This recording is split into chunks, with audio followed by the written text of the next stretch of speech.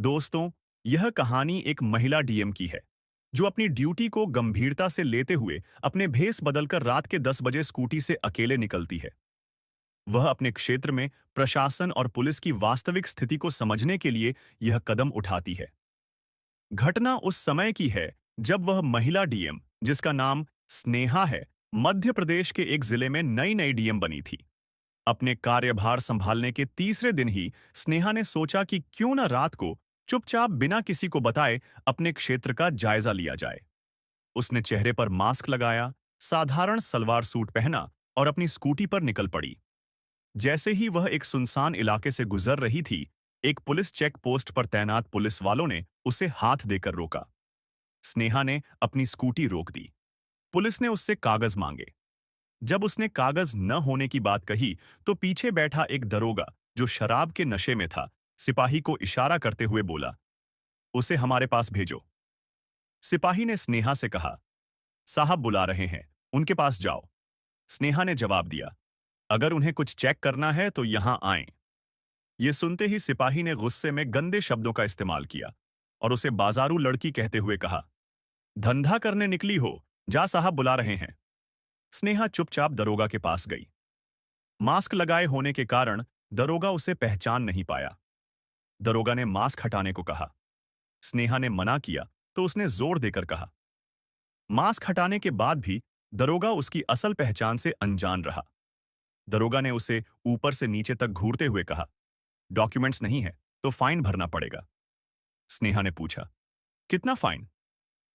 दरोगा ने जवाब दिया, 10,000 रुपए। स्नेहा ने कहा, इतना फाइन? आप थोड़ा समझ सकते हैं? दरोगा ने हंसते हुए कहा, समझने की जरूरत नहीं है, तुम्हारे लिए और भी रास्ते हैं। यहां से स्कूटी छोड़ो, दूसरी गाड़ी ले लो और निकल लो। अगर गाड़ी चाहिए तो थाने से जाकर ले जाना। स्नेहा ने फिर कहा, थोड़ा जल्दी जाने दीजिए। इस पर दरोगा ने बेहुदा तरीके से कहा, देखो, जो काम तुम वहां करने जा रही हो, वह काम यहां भी कर सकती हो। व्यवस्था है, गाड़ी में चलो। तुम्हें एक भी रुपया नहीं देना पड़ेगा। तुम्हें 1 रुपए नहीं देना पड़ेगा, तुम्हारे लिए 5 से 10 मिनट का ही काम है।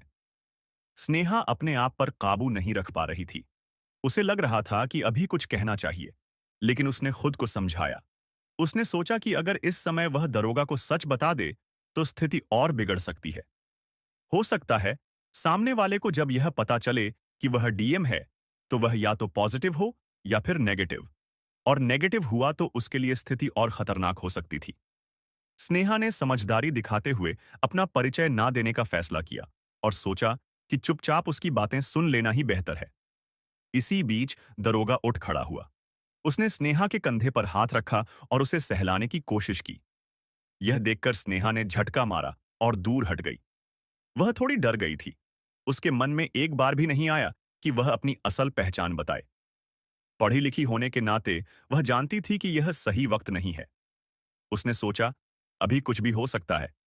बेहतर है कि मैं यहां से निकल जाऊं। बाद में जो होगा देखा जाएगा। स्नेहा ने तुरंत वहां से दौड़ लगाई।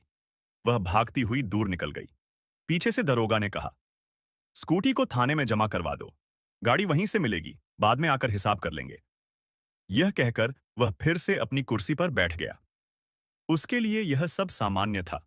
उसने सोचा, अगर काम बन गया तो ठीक, नहीं तो कोई बात नहीं। स्नेहा आगे बढ़ी। उसके पास स्कूटी नहीं थी।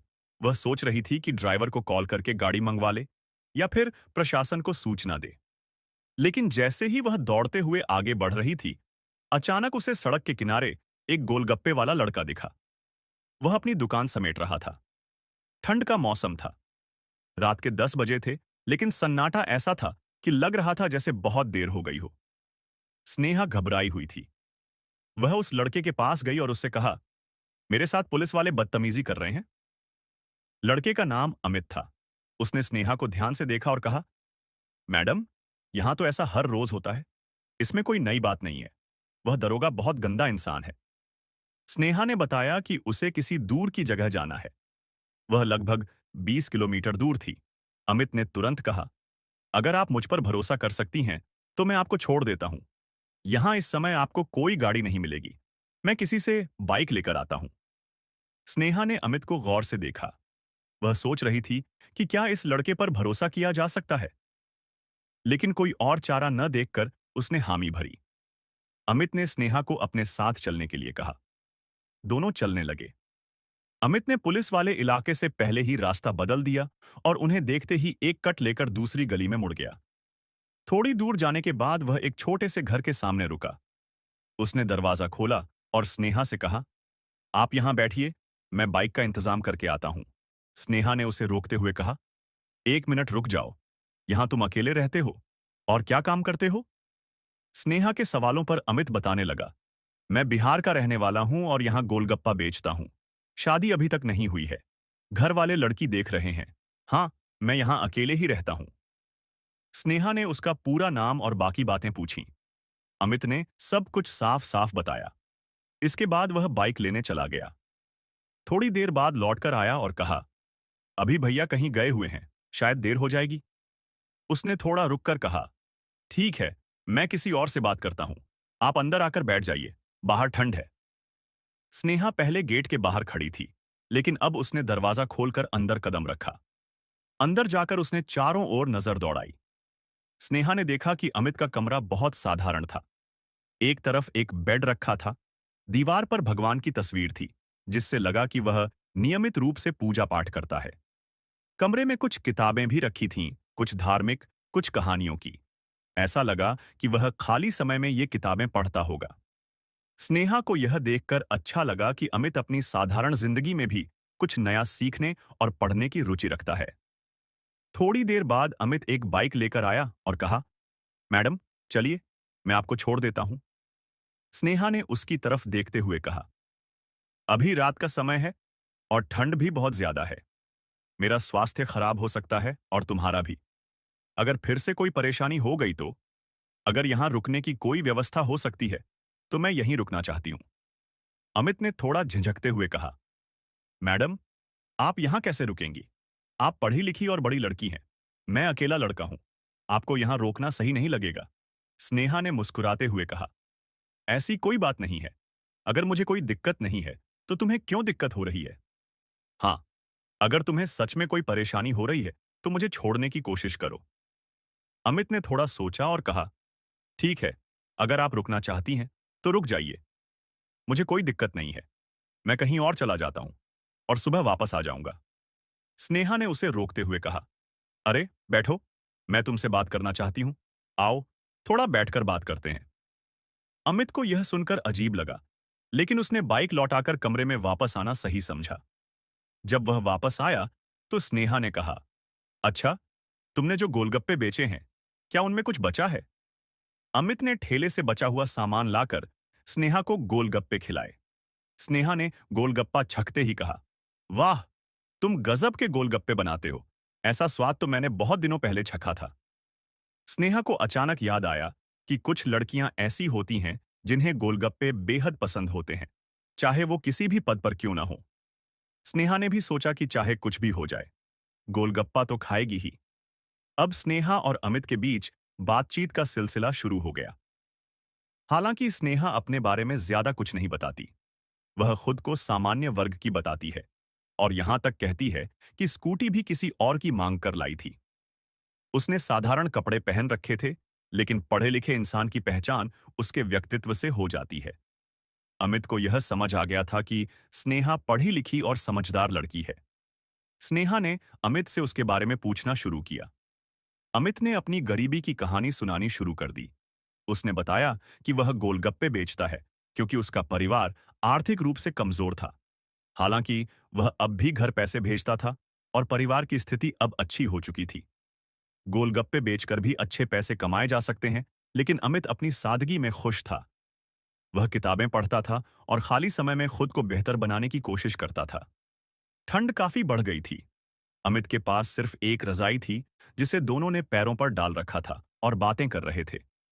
अमित ने कहा, आपको भूख लग रही होगी, मैं कुछ बना दूं? स्नेहा ने जवाब दिया, इस समय क्या बनाओगे? गोलगप्पे से तो पेट भर गया। फिर भी अमित ने कुकर में खिचड़ी चढ़ा दी। जब खिचड़ी बन गई, तो उसने अलग अलग प्लेटों में परोसी। स्नेहा ने कहा, तुम भी खाओ। अमित ने अपनी प्लेट निकाली और दोनों खाने लगे। खाते खाते दोनों एक दूसरे को देख रहे थे और बातें भी कर रहे थे। बातों बातों में रात के 2:30 बज गए। स्नेहा ने कहा, ऐसा करते हैं कि हम पूरी रात बात करते हैं। सुबह 4 बजे जब समय हो जाएगा और गाड़ियां चलने लगेंगी, तब तुम मुझे छोड़ देना। अमित को भी यह अच्छा लगा। दोनों बातें करते रहे।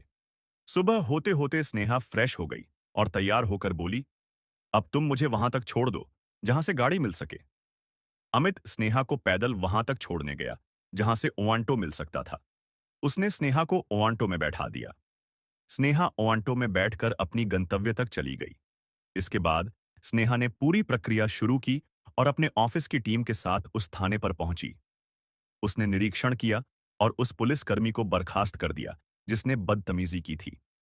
यह खबर फैल गई कि निरीक्षण के दौरान कुछ गड़बड़ियां मिलीं और पुलिसकर्मी को नौकरी से निकाल दिया गया। यह कहानी केवल एक महिला डीएम की नहीं, बल्कि उस कर्तव्य निष्ठा और ईमानदारी की है, जो एक अधिकारी को उसके पद की गरिमा तक पहुंचाती है। स्नेहा त्रिपाठी ने यह साबित किया कि एक सच्चा नेता वही होता है, जो अपनी आंखों से वास्तविकता को देखे और समाज में सुधार के लिए कदम उठाए। इस घटना ने न केवल भ्रष्ट पुलिसकर्मियों की असलियत उजागर की, बल्कि यह भी दिखाया कि अगर समाज में हर व्यक्ति अपने कर्तव्यों के प्रति जिम्मेदार हो, तो व्यवस्था में सुधार संभव है। स्नेहा की दृढ़ता और साहस ने यह संदेश दिया कि चाहे कितनी भी मुश्किलें क्यों न हों, सत्य और ईमानदारी हमेशा विजयी होती है। यह कहानी हमें प्रेरणा देता है कि अगर हर अधिकारी, चाहे वह किसी भी पद पर हो, अपने कर्तव्यों को पूरी ईमानदारी और निडरता से निभाए, तो न केवल प्रशासन सुधरेगा, बल्कि जनता का भरोसा भी मजबूत होगा। यह कहानी केवल एक महिला डीएम की नहीं, बल्कि हर उस व्यक्ति की है जो अपने साहस और निष्ठा से समाज को बेहतर बनाने का प्रयास करता है। ऐसा कहानी के लिए हमें लाइक करें और सब्सक्राइब करें, ताकि हम आपके लिए ऐसे ही स्टोरी ला सके। धन्यवाद।